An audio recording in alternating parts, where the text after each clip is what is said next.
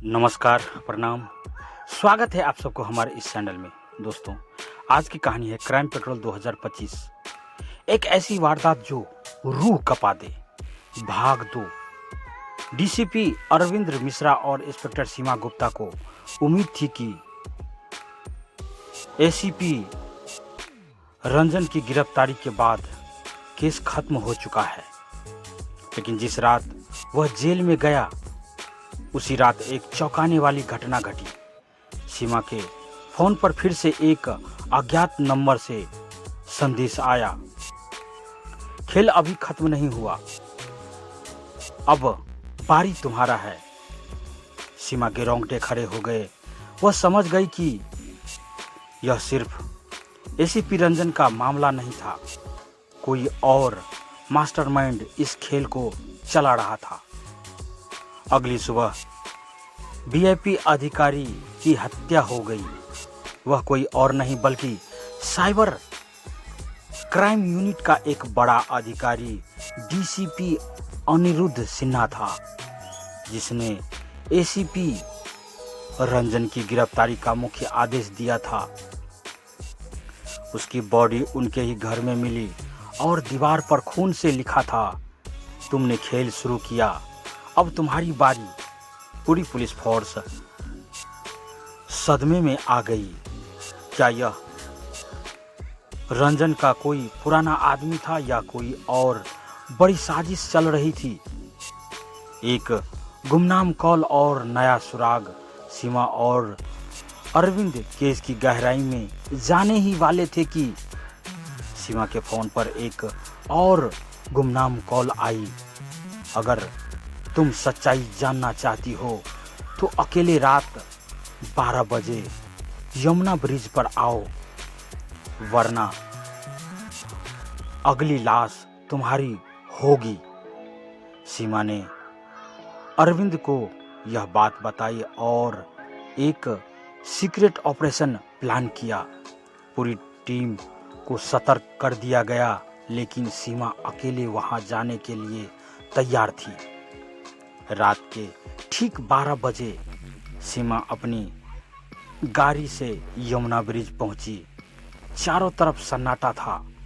अचानक एक नकाबपोश आदमी सामने आया। जो तुम समझ रही हो, सच्चाई उससे कहीं ज्यादा डरावनी है।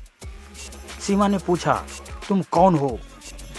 लेकिन जवाब देने से पहले ही अचानक एक तेज आवाज आई, दाएं। कोई गोली चला चुका था। नकाबपोश आदमी जमीन पर गिर पड़ा। उसके आखिरी शब्द थे, देखो रेड फाइल।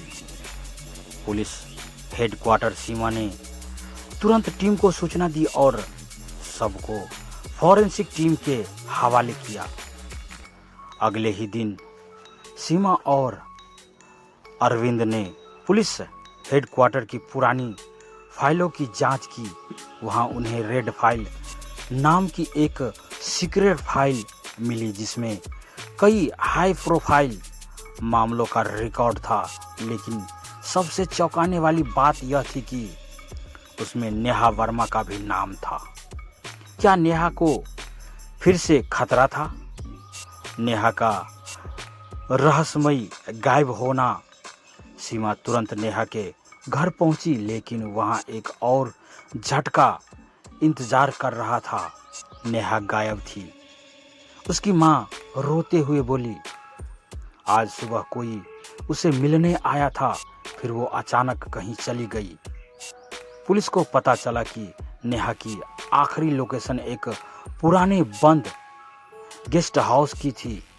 सीमा और अरविंद तुरंत वहां पहुंचे, लेकिन वहां पहुंचते ही अंदर का नजारा देखकर उनके होश उड़ गए। नेहा जमीन पर बेहोश पड़ी थी और पास में खून से लिखा था, अगर तुमने पीछा किया तो अगला नंबर तुम्हारा है। सीमा को अब यकीन हो गया था कि यह किसी एक व्यक्ति की साजिश नहीं थी, बल्कि इसके पीछे एक पुराना गिरोह था। फॉरेंसिक रिपोर्ट से पता चला कि नकाबपोश आदमी जिसे पुल पर गोली लगी थी, उसका असली नाम विक्रम शाह था। वह पहले दिल्ली पुलिस में था, लेकिन अचानक लापता हो गया था।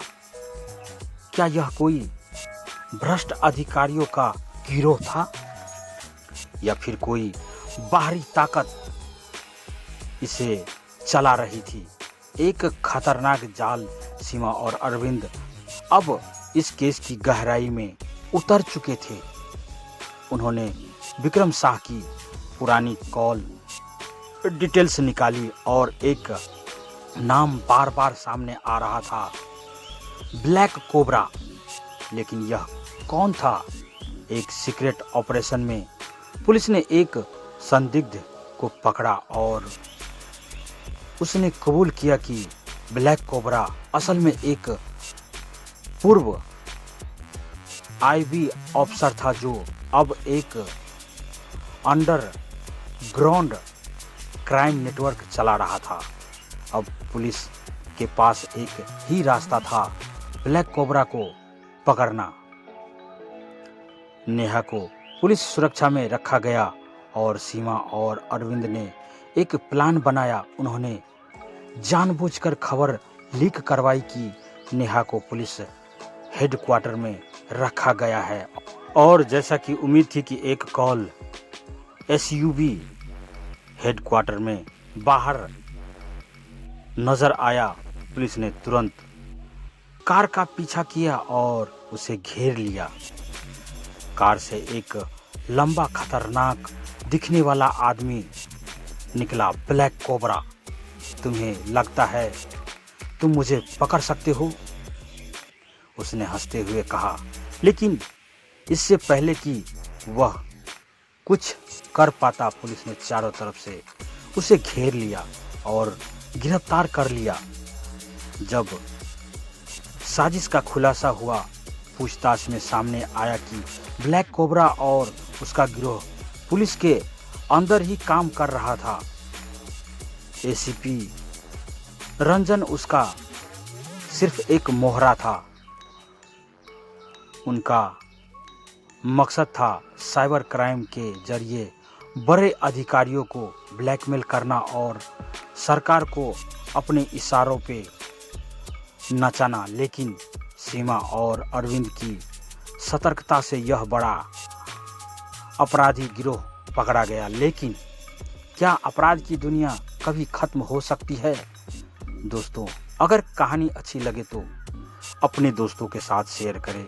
चैनल पर नए हैं तो चैनल को सब्सक्राइब करें, लाइक करें, कमेंट में अपनी राय ज़रूर दें। धन्यवाद। आपका दिन शुभ हो।